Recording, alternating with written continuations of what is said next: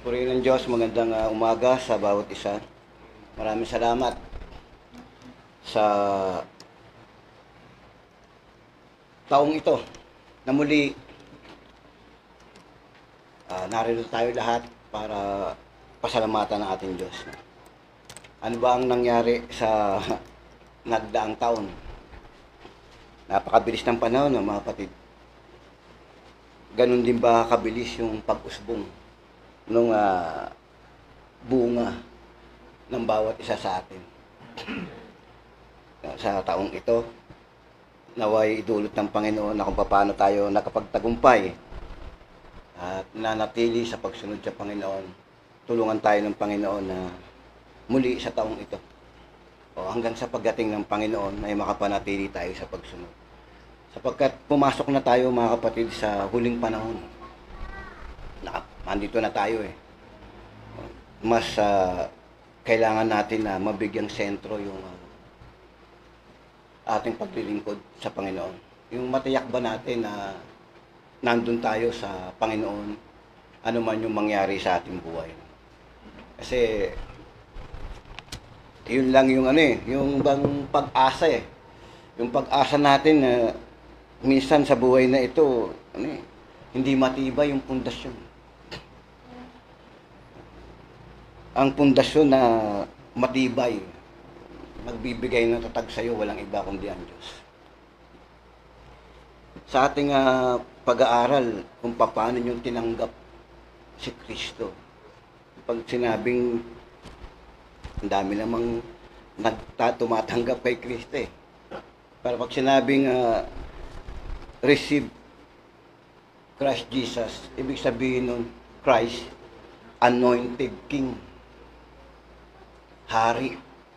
Pag sinabing hari, magpapasakop ka sa paghahari ni Kristo. Ang buhay mo, sabi nga, ang buhay natin ay paghaharian ni Kristo. Kasi yun yung pagtanggap sa hari. Ibig sabihin, si Kristo yung maghahari sa'yo. Ngayon, kung si Kristo yung hari sa'yo, magiging matibay yung pundasyon ng pagkakatayo ng iyong pananampalataya. Ano nyo sabi rito sa aklat ng Lucas, ating basahin? Hindi na ako masyadong magkasaysay pa ng marami. Bigyan lang natin yung mga talata na magbibigay ng tibay sa atin sa taong ito para tayo ay maging matag. Kasi kapag sinabi mong pagtanggap, ang unang mong titignan, hindi muna yung sarili mo Tignan mo muna yung mga tumanggap. Kung paano nila naipakita yung pagtanggap nila sa Diyos. Yun muna ang titignan natin. Sabi rito sa aklat ng Lucas, dito sa 8:21.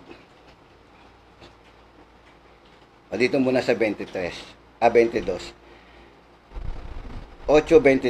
Nangyari nga sa mga araw na yaon, siya'y lumulan sa isang daong, siya at ang kanyang mga alagad, at sinabi niya sa kanila, magsitawid tayo sa kabilang ibayo ng dagat-dagatan, at sila'y nagsitulak. Dadapat samantalang sila'y nangaglalayag, siya'y nakatulog, at bumugso ang isang unos ng hangin sa dagat-dagatan, at sila'y nangagtingib ng tubig na nangasa kapanganiban. At sila'y nagsilapit sa kanya, at siya'y ginising nagsasabi, Guro, Guro, tayo'y mga mamatay. At siya'y gumising, at sinaway ang hangin, at ang galit ng tubig ay nagsitigil, at humusay ang panahon. Ito yung sabi ng Panginoon. At sinabi niya sa kanila, saan naroon ang inyong pananampalataya? Yun yung tanong sa pangyayaring yun. Kasi ang sabi ng Panginoon, sinabi niya, magsitawid tayo sa kabilang ibayo. Ang nagsabi nun ng ating Panginoon. Ngayon, lumakas yung hangin, yung unos, yung kanyang sinasakyan, ibig sabihin nun, nangagtigib ng tubig. Ibig sabihin nun, nalagyan ng tubig yung kanyang sinasakyan. Sabihin, pinasok ng tubig. Doon nataranta sila. Nagpanik sila. Unang-unang mapapansin nyo ron, doon sa mga nandoon sa daong, Hindi ba mayroon dong mga mangingisda? Sanay sila sa tubig. Alam nila yun. Kasi mangingisda sila eh. Alam nila kung ano yung paraan na dapat gawin. Dahil sila ay mangingisda. Pag mangingisda ka, hindi ka basta-basta magpapanik eh. Pero nang pagtagpong ito, nagpanik sila. Nawala yung kanilang kaalaman sa pangyayaring yun. Bakit? Kasi naunahan sila ng takot. Naunahan sila ng pangamba. Yung diskarte na dapat nilang gawin, na dati nilang ginagawa dahil sila ay mangingisda. May mga nandoon na mangingisda eh. Nawala lahat yun, hindi nila napansin. Ang umiral sa kanila, alin? Takot, pangamba sa ganung sitwasyon. Ganun minsan mga kapatid. Bagamat natuturuan, bagamat nalalaman, hindi nagagamit sa sitwasyon kapag ikaw ay nagkaroon na ng pangamba sa iyong buhay. Nagkaroon ka na ng takot. Kahit sabihin mong nakakaintindi ka o nakakaunawa, hindi mo siya nagagamit sa ganung sitwasyon. Nalilimutan mo yung nagsalita sa'yo. Magsitawid tayo sa kabilang ibayo. Sino ba yung nagsalita? Yung Panginoon. Ano man yung dumating doon, ano man yung mangyari, makakatawid kayo doon sa kabila dahil ang nagsalita sa iyo ang Panginoon. Ang sabi niya, tumawid tayo. Makakatawid ka ron. Ano man yung dumating doon, makakatawid ka. Dahil ang nagsabi noon ang Panginoon. Yun yung nagiging minsan, sana makita natin yun sa mga nagdaang taon. Itong, na makita natin kung paano natin gagamitin yung ating nauunawaan ukol sa Panginoon. Sa sitwasyon na dapat na ipakikilala. Kasi papansinin nyo, si Apostol Pablo nanalangin sa Panginoon dahil diligyan siya ng tinik, di ba? Ni Satanas. Nanalangin sa Panginoon. 3 beses siya nanalangin. Dahil siyempre may kabigatan yun ng dumating sa kanya. Pero anong sagot sa kanya ng Panginoon? Ang aking biyaya ay ano? Sapat sa'yo. Nandun na yun. Di ba? Sabi sa aklat ng 2 Korintiyo, di ba? Sa 12. Lagi lang natin titignan yun eh. Sabi rito sa 12:8, tungkol dito ay makaikatlo akong nanalangin sa Panginoon upang ilayo ito sa akin. Yung dumating sa kanya. Gusto niya mailayo sa kanya kasi siyempre may kabigatan. Pero ang sabi rito, at siya'y nagsabi sa akin, ang aking biyaya ay sapat sa iyo. Sapagkat ang aking kapangyarihan ay nagiging sakdal sa iyong kahinaan. Kapag nandun yung bagay na kahinaan na parang hindi mo kaya, nandun yung paggalaw ng kapangyarihan ng Diyos. Bakit? Sapagkat yung biyaya niya, sapat sa'yo. Yun yung nakakalimutan minsan. Nandyan yung biyaya ng Diyos, sapat. Pero, natatalo. Hindi nagagamit yung kasapatan na yun. Na kung saan, kapag nakita mo yun, yung paggalaw ng kapangyarihan ng Diyos, mararamdaman. Mararamdaman yun. Dahil walang salita ang Diyos na di makapangyarihan. Iukul mo lang yun. I-apply mo lang yun. Sinabi ng Panginoon, tatawid tayo doon. Tatawid ka kahit anong mangyari. Dahil ang nagsalita noon, yung hari. At kapag yung hari yung nagsalita sa buhay mo, no? Ano ang dapat gawin? Pasasakop ka sa paghahari ni Kristo. Kasi ang sabi sa aklat ng Lucas sa 19:27.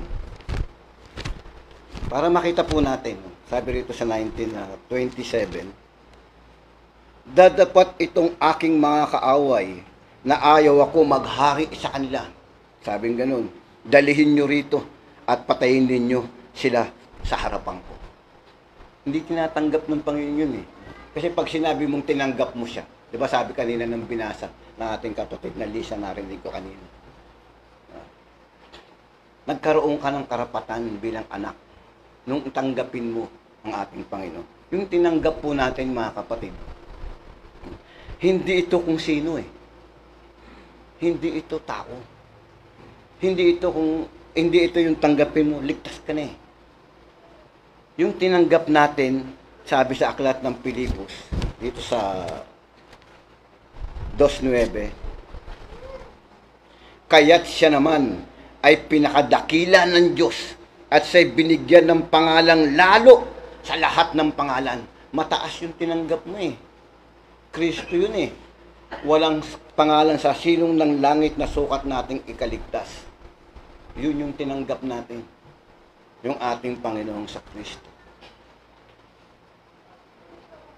Kaya, ang inaasahan ng Panginoon sa pagtanggap ng yun, sabi rito, di ba? Kung papaano nyo tinanggap si Kristo, magsilakad kayong gayon sa Kanya. Ang batayan ng pagtanggap ay yung paglakad kung papaano siya lumakad. Ang sabi ng mga alagad, saan kaya kumuha ng pagkain ito? Kasi may dala-dala silang pagkain eh. Ang sabi ng ating Panginoong sa Kristo, ang aking pagkain. Di ba? Sa 4:34 ng 1. Ang sabi niya rito, sinabi sa kanila ni Jesus, ang pagkain ko ay ang aking gawin ng kalooban nang sa akin nagsugo at tapusin ang kanyang magawa. Yun yung silbing kanyang pagkain. Yung sabing ganon, ang gawin ko ang kalooban na nagsugo sa akin. Isa yun. Isa yung sinasabi kung paano mo tinanggap si Kristo, lumakad kayong gayon sa Kanya. Pangunahin yung gawin yung kalooban ng Diyos sapagkat ikaw ay Kanyang pinaghaharian. Ang sabi nga ni Apostol Pablo, doon sa aklat ng Hebreo, dito po sa 13, tingnan nyo yung sinabi niya ukol dito sa pagkain. Para makita lang po natin. Sa 13:9. Huwag nga kayong padala sa mga turong sari-sari at di kilala, sapagkat mabuti na ang puso ay patibayin sa pamamagitan ng biyaya. Mabuti. Yung ikaw ay pagtibayin sa pamamagitan ng biyaya, nung tinanggap mo sa Panginoon. Yung ikaw ay tinawag ng Panginoon, pagtibayin mo yun, yung pagkakahirang sa iyo ng Panginoon. Tuloy natin yung basa. Hindi, kita nyo nakalagay hindi sa pamamagitan ng mga pagkain na di pakikinabangan ng mga nag-abala sa kanila. Kita nyo yun? Pagkakasabi ni Apostol Pablo. Hindi sa pamamagitan ng pagkain. Na ang sabi rito ni Apostol Pablo, na di pakikinabangan ng mga nag-abala sa kanila. No, pagkain, di pakikinabangan. Pagdating doon sa biyaya ng Diyos. Bakit niya sinabi yun? Ni Apostol Pablo, na hindi pakikinabangan yung pagkain. Kasi hindi siya matibay na pundasyon. Babagsak ka dyan kung yan yung pinakapundasyon na ilalagay mo sa harap mo. Yun sa pagkakatayo mo sa buhay. Ito yung gagawin mong pundasyon, bagsak ka dyan. Kasi kahit na tagtag ka na meron yan, mababaw pa rin yung pagkakatayo. Kasi nandito na yan sa lupa. Sabi lang ng Panginoon sa'yo, alam ko yan, sabi ng Panginoon kung anong pangangailangan nyo. Unahin mo ang aking kaharian, ang lahat ng bagay idaragdag sa'yo. Napapatunayan naman natin sa ating sarili yan. Di ba mga kapatid? Kahit kailan din naman tayo pinabayaan ng Panginoon. Ang ibig na sabihin dito ni Apostol Pa, sabihin nyo, baliwala yung pagkain. Patay tayo niyan. Di ba? Ang ibig sabihin niyan, hindi iyan ang buhay ng Kristiyano. Hindi iyan. Ito ay buhay natin dito sa lupa. Kailangan natin yan. Pero hindi yan yung pinanghahawakan. Hindi yan.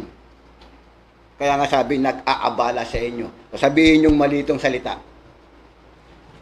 Nga kasi, sabihin yung mali itong salita na nag-aabala sa inyo. Hindi ba totoo yun?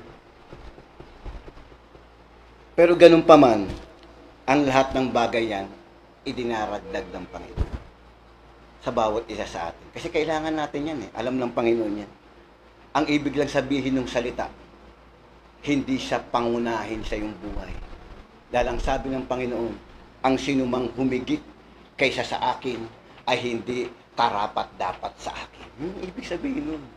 Nandyan lang yun eh. Pero kung siyang naging pangunahin sa buhay natin, hindi ka magiging dapat sa Panginoon. Kaya nga sabi ng Panginoong Jesus, ang pagkain ko ang ganapin. Kasi kapag ginanap mo yun, lahat ng bagay idaragdag sa'yo. Yun ang sabi ng kanyang mga salita. Sabi ni Job, hanggang sa ako'y mamatay, hindi ko aalisin sa akin. Alin yun? Yung pagtatapat sa Panginoon. Hanggang sa ako'y mamatay, ang sabing gano'n. Hindi yung kinukulang ka pa lang sa pinansyal, siya hanggang sa mamatay eh. Minsan nalulugmok tayo sa mga bagay na pampinansyal eh, na mga kapatid. Pero kung maipapakita mo lang doon sa Panginoon yung katapatan ng puso mo. Minsan ang Diyos napakarunong ng Panginoon. Hindi mo alam, bisan darating na lang yung problema mo, masosolve eh. Bakit? Kasi ang ginagawa mong pundasyon, ang Panginoon. Sabi sa nga sa ating pag-aaral, yung ugat na kumakapit. Diba sabi nga doon sa iba, be rooted in Christ, sabi ganun. Malalim yung pagkaka. Pag sinabi kasing rooted, malalim. Malalim yung pagkakaugat. Meron na nakitang papaya, ang daming bunga eh. May mga bunga siya. Nakakatuwa tignan, talagang hitik na hitik. Ay biglang bumagyo. May bunga siya, pero bumagsak siya. Bakit bumagsak? Bakit na may bunga? Kasi nung makita ko, yung pagkakaugat pala niya, mababaw. May mga bunga. Kasi nga, may kaalaman tayo eh, ukol sa Diyos. May bunga ka eh. Pero bakit bumabagsak? Bakit? Kasi hindi malalim yung pagkakaugat. Nawawala ng kabuluhan yung mapapakinabangan yung bunga kung yung ugat mo mababaw. Bumabagsak ka pa rin. Sayang. Sayang yung bunga. Kaya ang sabi rito sa ating pag-aaral, nag-uugat at natatayo sa Kanya na matibay. Malalim yung pagkakaugat, hindi mababaw. Dumating man yung bagyo, sasayaw-sayaw ka lang nun. Gaganong-ganong ka lang. Pero, nakatayo. May tatag. Yun yung unang sa taon nito na gustong nais ng Panginoon na maipakilala natin sa ating Diyos. Nasa taong ito, masumpungan tayo ng Panginoon na habang sabi ng Panginoon, ako ang tunay na puno na ubas. Ano ang kinauugnay mo sa puno? Ikaw yung sanga. Ang sinumang nandoon ay nagbubunga ng marami. Nagbubunga siya ng marami. Ang sabing ganun. Kapag ikaw ay nasa kalakip sa Panginoon, siya ang puno, ikaw ang sanga. Di ba mga kapatid? Kaya, kung siya ang puno, ikaw ang sanga, nagbubunga ng marami. Yun yung lagi natin napag-aaralan, yung lagi natin nababasa. No? Huwag nating gawing pundasyon mga kapatid, yung bagay na pwede mong, hindi ko kasi masabi, baka sabihin nyo, but kailangan naman natin yan eh. No? Kasi pag ang pundasyon mo, career, no? Savings, mga pundasyon eh. Diyan ka nagiging matibay pag meron ka niyan eh. No? Yung, yung pinaka, ito yung itatayo ko. Ito yung pangarap ko eh. Kailangan marami akong savings, marami akong property. Ito yung magiging pundasyon ko. Eh lahat ng yan, meron ka na eh. Di ba? Bakit bumabagsak ka pa? Bakit bumabagsak pa ang isang tao? Nakita ko kasi niya, marami rin eh. Pero wala, hindi pa rin. Wala pa rin kasiyahan. Ganun pa rin. Kasi nga, hindi yun yung pundasyon sinasabi ng Panginoon para maging matatag ka. Ang pundasyon, no, kapag ang ating Panginoon ang ating kinakapitan na malalim, no, malalim yung pagkakapit mo sa Panginoon. Dadaling ka ng Panginoon, mga kapatid, sa magandang plano niya sa iyong buhay. Tandaan niya, mga kapatid. Kung ang Kristo ang siyang yung pundasyon, malalim yung pagkakaugat, dadaling ka ng Panginoon sa plano niya sa buhay mo. Siya ang magdadala sa iyo. At kapag ang Kristo yung magdadala sa iyo, sigurado yun, patungo yun sa buhay na wala hanggan. Pero kung ang pundasyon natin, kasi malalaman mo naman sa ating sarili kung sino yung naghahari eh. Hari ba si Kristo sa akin o hari ako sa sarili ko? Ano yung nasusunod? Yung tanong eh. Ano ba yung nasusunod? Si Kristo o ako? Timbangin natin yun. Tignan natin. Doon mo malalaman, ikaw at ang ating Panginoon, kung sino yung ating nasusundan. Kung sino yung mas nasusunod natin. Kasi tatanong natin ngayon, yung iiwan po natin ngayon, taong ito, kung sino talaga yung hari. Ako ba? O ang Kristo?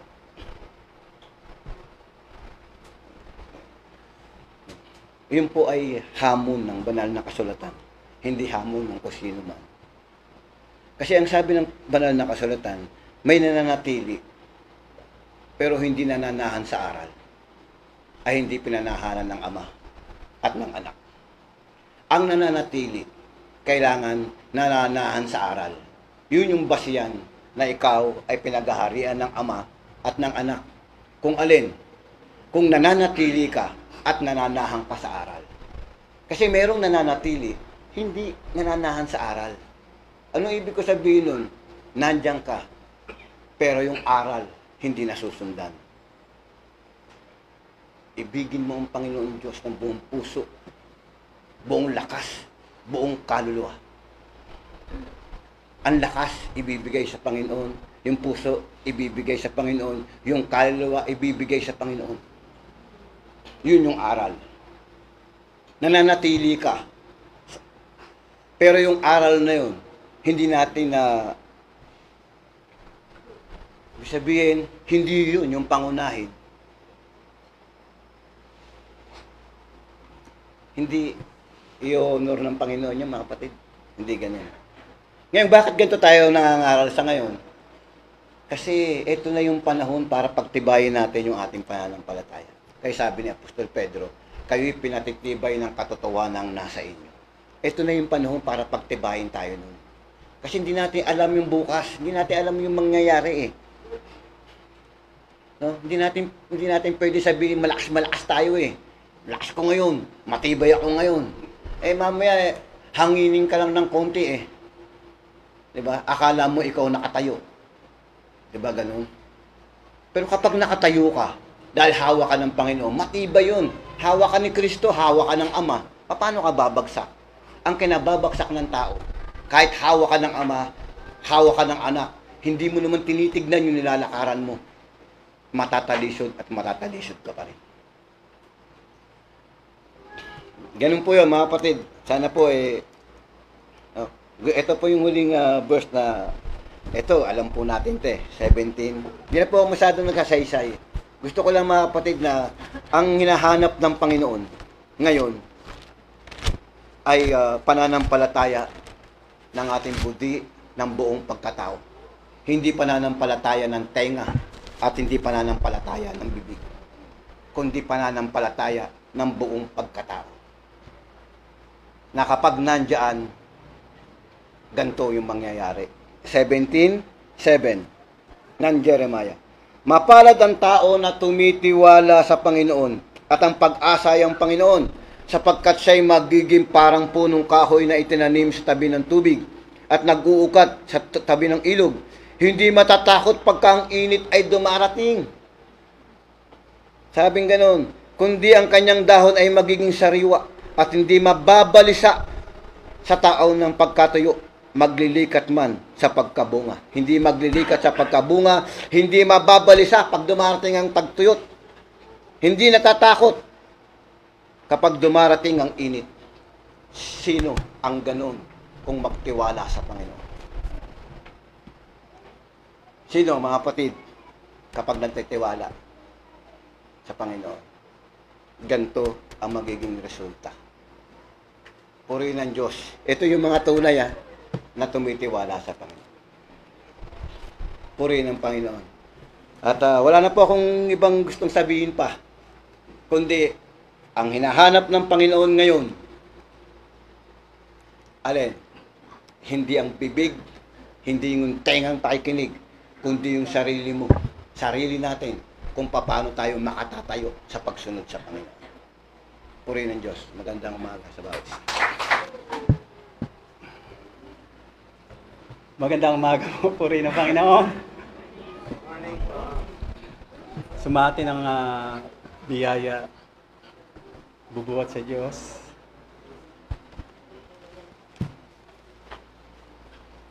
Parang di ako makagalaw. Sa mga kapatid natin sa online, ilang umaga. At sa mga may birthday, happy birthday sa inyo mga kapatid. Purihin ng Diyos. Isa si kapatid na na-miss ko si kapatid ni Elmer. Kapatid Elmer, happy birthday. Purihin ng Panginoon.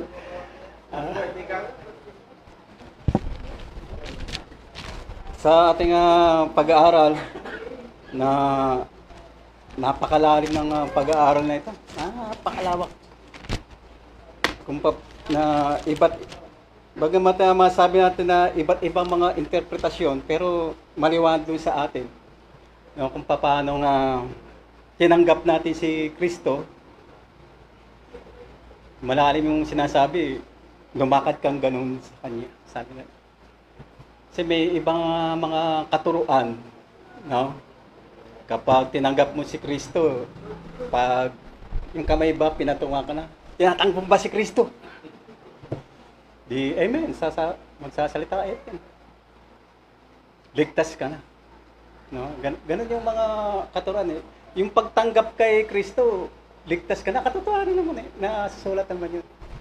Ligtas ka doon sa, kasi nga, yung galit ng Diyos doon sa mga nagkasala na may hatol ka na eh. May hatol ka lang pag hindi mo tinanggap si Kristo eh. No? Ang dismampalataya kay Kristo, may kahatulan na siya. Kaya nga,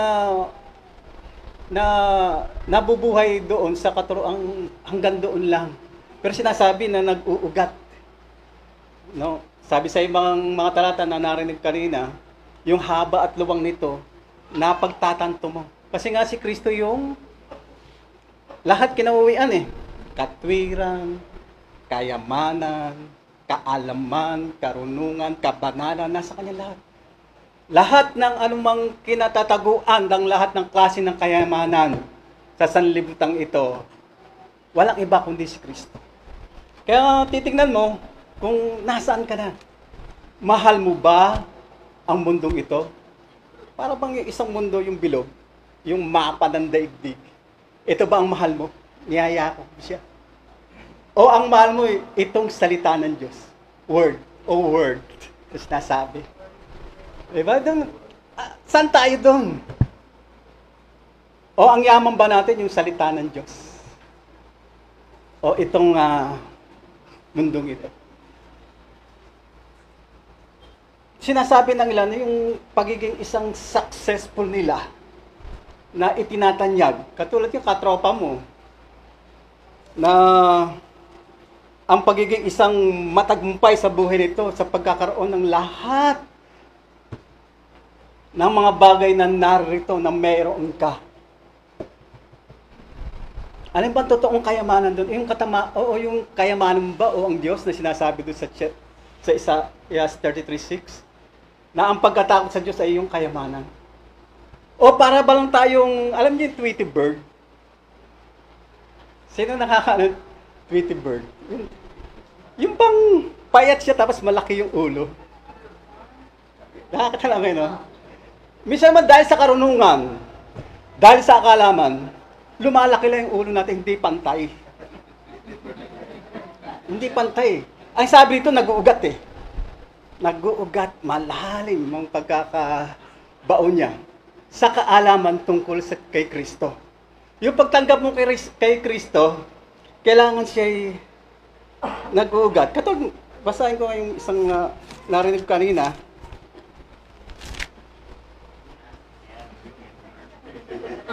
Saan ba? Ayan, ang laki nga! Di ba? Ang laki nga, ang laki niya. Kasi kapag meron ka, hindi ka na maabot, hindi ka na mahawakan. Parang may sarili ka ng mundo. Mundo mo ito eh. Inaangkin mo. Ayun siya, laki. Kaya kailangan pantay siya eh. Teka, basahin ko.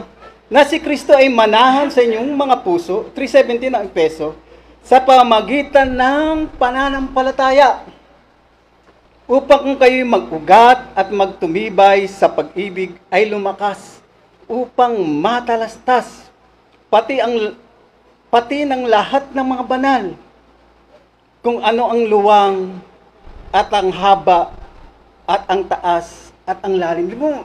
Hindi lang yung pataas siya eh. Hindi ito lang sa ulo, hindi. Sabi natin kapatid sa tenga eh. Pero ang katotohanan, yung buong sangkap ng katawan ito, kailangan lumaki siya eh. Maging malalim yung pagkakaunawa mo sa pagtanggap kay Kristo. Iba yung pagtanggap kay Kristo eh. No? Iba yung kasi ang pagtanggap kay Kristo, pagtupad siya. Hindi yung naririnig. Yun ang tinutukoy ng ating Panginoong Hesus. Nang isang babae biglang tumayo na sinasabing, napakapalad ng inang nagpasuso sa'yo. Sabi nga. Oo, mapalad, sabi ni Kristo. Mas mapalad yung nakikinig ng salita ng Diyos at ito'y kanyang ginagawa. Marami sa sitwasyon ngayon dahil sa naglipa na ang iba't ibang mga pananampalataya, iba-iba mga katuruan. Iba-iba. Yung pagtanggap kay Kristo'y paggamit. Paggamit doon na totoong sinasabi, kayamanan nga. Si Kristo kayamanan, pero literal na kayamanan ang ginagawa nila eh. Kaya nga yumayaman sila eh. Kaya maaalala mo, kaya bisan may mga nais mong maghayag. Pero napupulaan ka eh. Dahil sa mga ganong katuruan.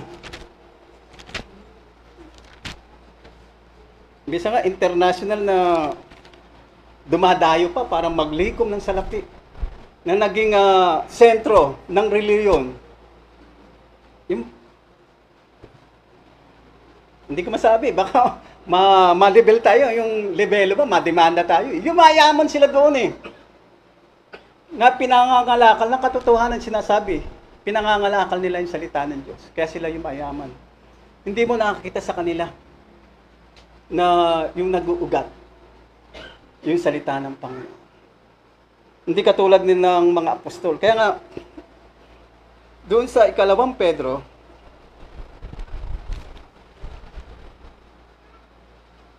sa chapter 2, no?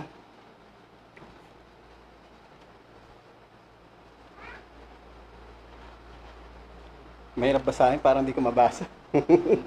Chapter 2, verse 2 na 2 Pedro, at maraming magsisunod sa kanilang mga gawang mahalay, na dahil sa kanila ay pagsasalitaan ng masama ang daan ng katotohanan. Ito nangyayari.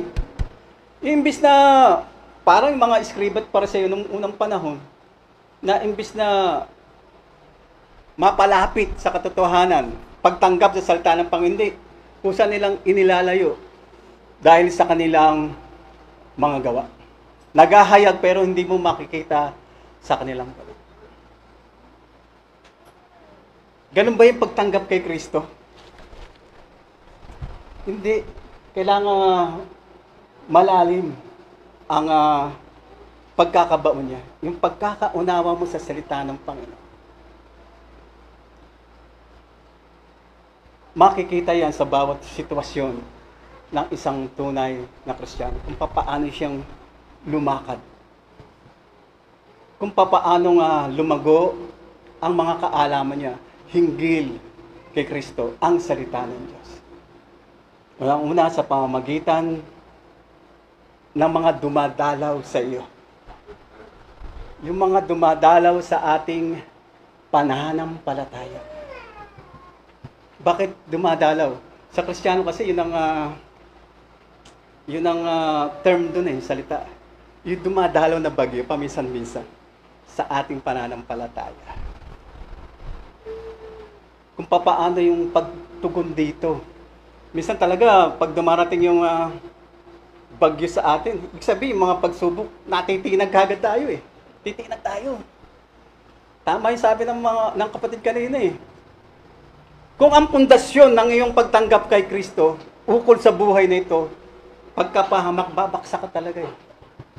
Babaksak ka. Kaya nga sinasabi, kung talagang tinanggap mo si Kristo, yung mga pag-iisip mo na kay Kristo Jesus din naman. Yung mga ating pananaw, hindi na rito sa babae, kundi doon sa kanyang kinaroroonan. Yung mga bagay na nasa taas. Yun na yung ating tinitignan, hindi na rito. Maiksi ang buhay. May mga kapatid nga tayo, minsan sa isang sitwasyon, na may dumating na bagyo. Minsan, kampante tayo. Medyo kampante. Kasi nga, yung kaalaman, yung karunungan, naririto tayo, nag-aaralan. Pero kapag yung pagsubok, alam mo, isa sa paraan ng Diyos na kailangan makita kung paano mong tinanggap si Kristo. Sa pamamagitan ng hindi minsan paminsan-minsan dumadalo yung bagyo sa ating sarili. Doon sa ating pananampalataya, tinitignan siya kung paano mo siya mapagtatagumpay. Marami nalulugmok, bumabaksak dahil sa mga pagkabigo. Minsan sa pagdumarating mga karamdaman, bumabaksak yung ating pananampalataya. Naroon kagad yung madali ang pagsuko sa mga bagay na ito. Tanggapin yung mga pagkabigo. Pero hindi kailanman yung pagkatalo. Nabibigo ka, pero hindi mo tatanggapin yung pagkatalo. Sapagkat kailangan mong bumangon, magpatuloy. Pag hindi ka nagpatuloy, kapatid, babaksak tayo. Never stop, sabi ka. May Panginoon tayo. Kasi, ang pinanghahawakan lagi, kahit nung ating kapatid, yung awa. May awa ang Diyos sa pamamagitan. Kasi minsan nagkukulang tayo sa lack of prayer eh. Yung lack ng pananampalataya at pagtitiwala. Nasaan yung tibay ng pananampalataya? Nasaan yung sabi sa Thessalonica, 2 Thessalonica, chapter 2. Kaya nga, mga kapatid, 2:15, kayo'y mga pakatibay at inyong panghawakan ang mga aral na sa inyo'y itinuro, maging sa pamamagitan ng salita o ng aming sulat. Panghawakan natin, kapag yung nasusulat, pag sinabi ng may gabay ka ng Panginoon, gagabayan ka niya. Katulad yung halimbawa kanina. Nahahawakan ka ng Panginoon. liban kapag lumis ka na. Sabi sa unang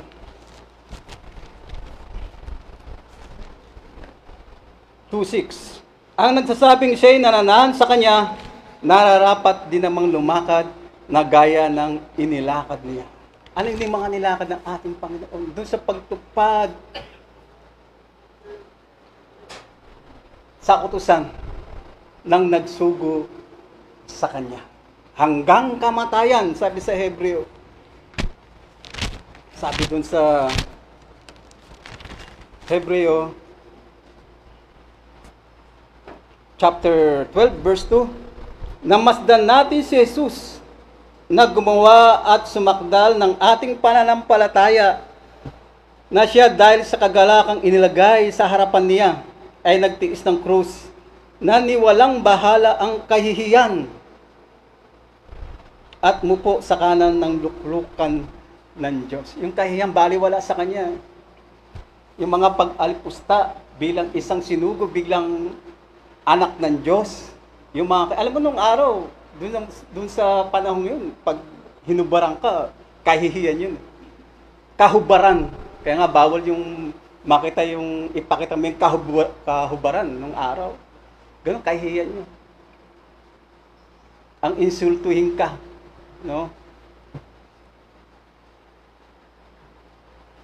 Gaano na ba yung ating ay pagbubulay-bulay kasi ito sa atin nung nakaraang taon, pagbubulay-bulay nung paano tayo lumakad. Tayo ba'y natisod?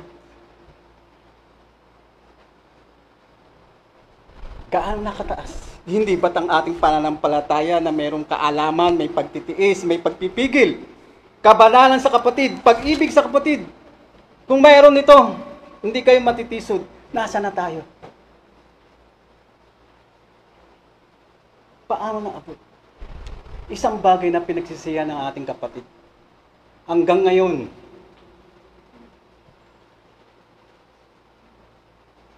ang pagkakasalang laging sunod ng sunod.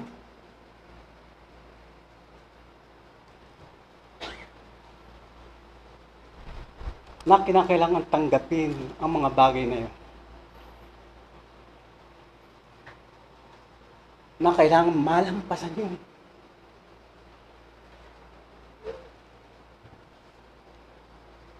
Na hanggang ngayon nakikipaglaban sa mga bagay na yun. Pero umaasa sa katangian ng Diyos. Umaasa doon sa kanyang saganang kagandahang loob. Yung katangiang puspos ng awa at habag para tayo'y magpatuloy. Hindi kailangan sumuko sa anumang bagay na kabiguan ng isang mananampalataya, sapagkat meron tayong Diyos na siyang tutulong at aalalay sa atin. Ano man yung dako na dumaan sa ating buhay. Kaya nga pinag-aaralan natin yung mga katapatan ng mga tinawag ng Diyos. Andyan si Job. Laging sinasabi sa ating mga, masdan ninyo si Job. Lahat nawala sa kanya Nawala lahat. Ang kanyang binamahal sa buhay, nawala. Mga anak, nawala. Hindi mo ba tatangisan yun? Hindi ka ba magdaramdam? Hindi ka ba babaksak doon? Pero hindi niya inalis yung katapatan ng kanyang paglilingkod. Dahil alam niya, merong Diyos na gagabay, tutulong, kung pinagkakatiwalaan mo siya. Kasi mahirap pag wala yung pagkakatiwala. Lahat babaksak sa'yo, lahat babaksak. Ang buong katauhan mo, babaksak siya. Kapag nawala ang pagtitiwala sa Diyos. Kaya nga hinahanap yung lalim dito. Yung ugat sa pamamagitan ng mga dumarating na sitwasyon sa atin. Kinakailangan kasing dumaan sa atin yung mga yan. Pero katotohanan, ano yan namamasya lang sa atin. Yung mga bagyong yan. Bisa kasi, ayaw nyo paalisin yung bagyo. Hindi natin naalis, nasa sa atin din Imbis na magmukmuk ka dyan, dito tayo. Ito na lamang yung tanging nagbibigay sa atin ng kalakasan Mawala ka pa. Hindi pa tayo, iba kasi yung ating pinupuntahan. Kailangan sa Panginoon, katulad ng pagiging immature na nakita natin sa mga kapatid natin sa mga taga-Korinto. Kung papaanong sa simula, ibinahagi ng Panginoon yung salita ng Diyos sa pamamagitan ni Apostol Pablo, naroon pa rin yung pagiging nila parang wala silang natanggap. Kasi nga, meron sa kanilang pagkababahagi. Laging mayroong pagtatalo. Sabi nga doon sa chapter 6, babasa ko paano, ito ba yung tinuro ni Apostol Pablo doon sa mga kapatid natin sa unang Korinto? Sabi sa chapter 6 ng unang Korinto, verse 6, kita nyo kundi ang kapatid ay nakipag-usapin laban sa kapatid. Nasaan yung pag-ibig na sinasabi, mag-ibigan kayo sa isa't isa? Kung meron dito, nakatulad dito, parang sa sitwasyong ito, nagkakademandahan na ito, magkakapatid. No? Kundi ang kapatid ay nakipag-usapin laban sa kapatid. At ito'y sa harapan ng mga hindi nagsisampalataya.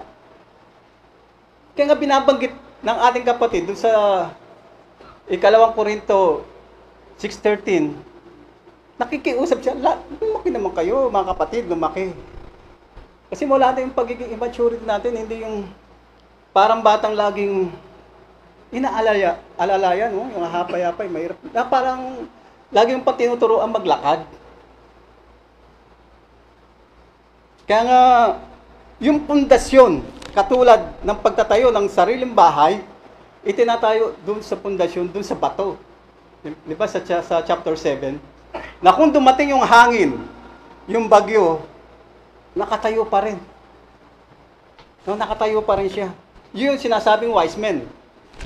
Yung matalino, na nagtayo ng kanyang pundasyon sa bato, na walang iba kundi ang ating Panginoong Jesucristo. Kung ang sandigan ng iyong pagtatayo, ng iyong pananampalataya, sa buhay na ito, tama, babaksak ka, kapatid. Na kapag nawalan ka, goodbye. Kapag wala ka, nalulugmok ka. Hindi ka na makapagpuri pag wala ka na. Ibig sabihin, wala kang idoy. Ayun na yun. Wala ka nito. Bukas wala kang pagkain. Bumabaksak ka na doon. Marami Kristiyano, ganyan. Marami na ganyan. Pero ayon doon sa mga tinuturuan, sa mga natuto. Depende kasi nga talaga yun sa aral Depende yun sa aral ng nagpapahayag. Ang sabi doon sa ilang talata na babasa ko sa Thessalonica. Sa unang Thessalonica. Sabi sa chapter 2, verse 10, kayo'y mga saksi, at ang Diyos man, kung gaanong pagkabanal at pagkamatuwid at pagkawalang kapintasan ang inugali namin sa inyong nagsisampalataya. Gaya ng inyong nalalaman kung ano ang inugali namin sa bawat isa sa inyo, na gaya ng isang ama sa kanyang sariling mga anak. Na kayo'y inaaralan at pinalalakas ang loob ninyo at nagpapatotoo. Magkaiba to sa taliwas sa ating mga nakikilala Nagpapalakas sa kanyang tupa. Yung iba naman, sinusuga yung kanilang tupa. Pinanghihingi.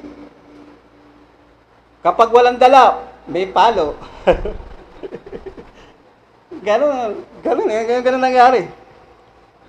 Sabing ganon, pinapalakas ang loob, pinapalakas upang kayo'y magsilakad ng nararapat sa Diyos na siyang tumawag sa inyo sa kanyang sariling kaharian at kaluwalhatian. Pinalalakas sila. Hindi yung pinangangalakal sila. Sabi nga ni Apostol Pablo do sa Filipos sa chapter 2 verse 21.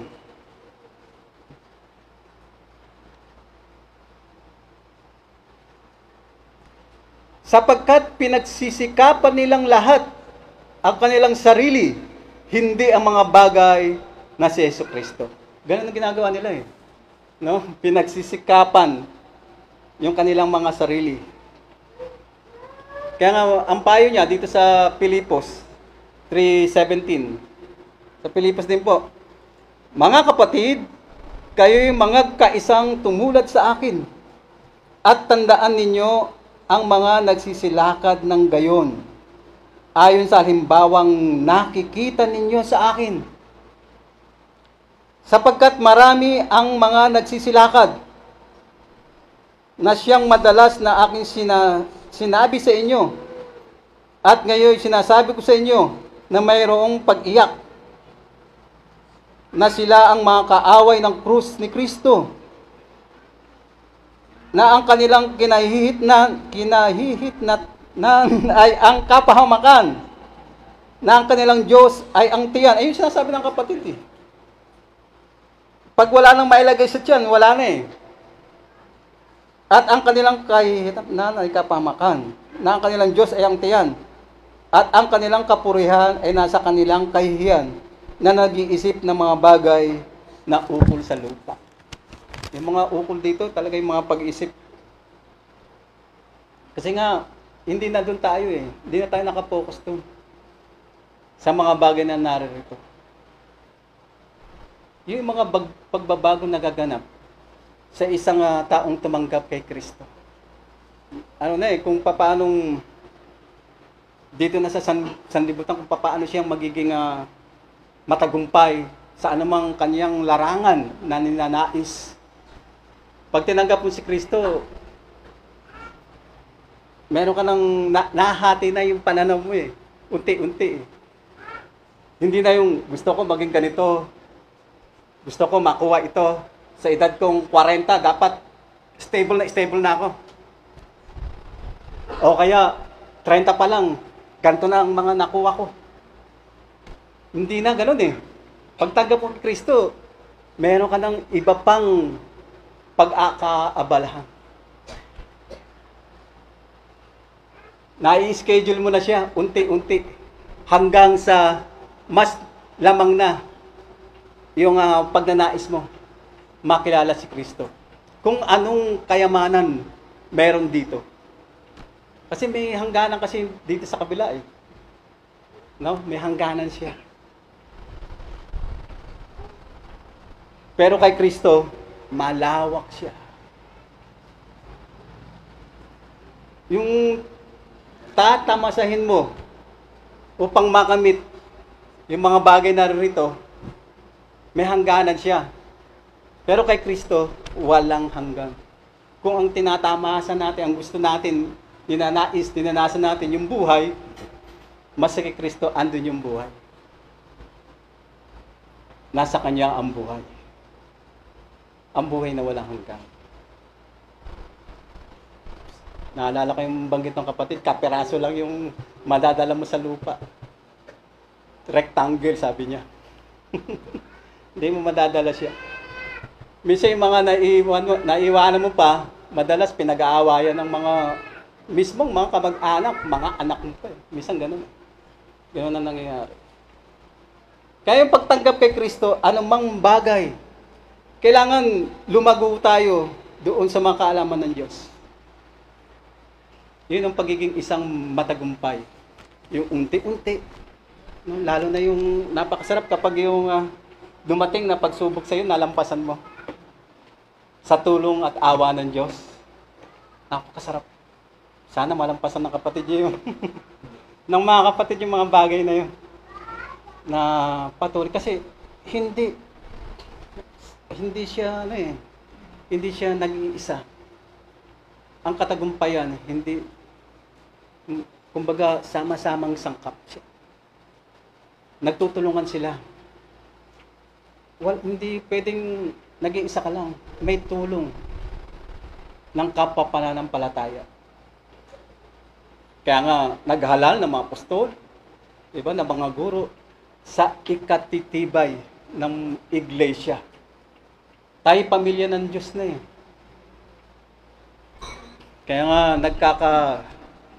diba, na ipinapakita yung pag-ibig sa isa't isa.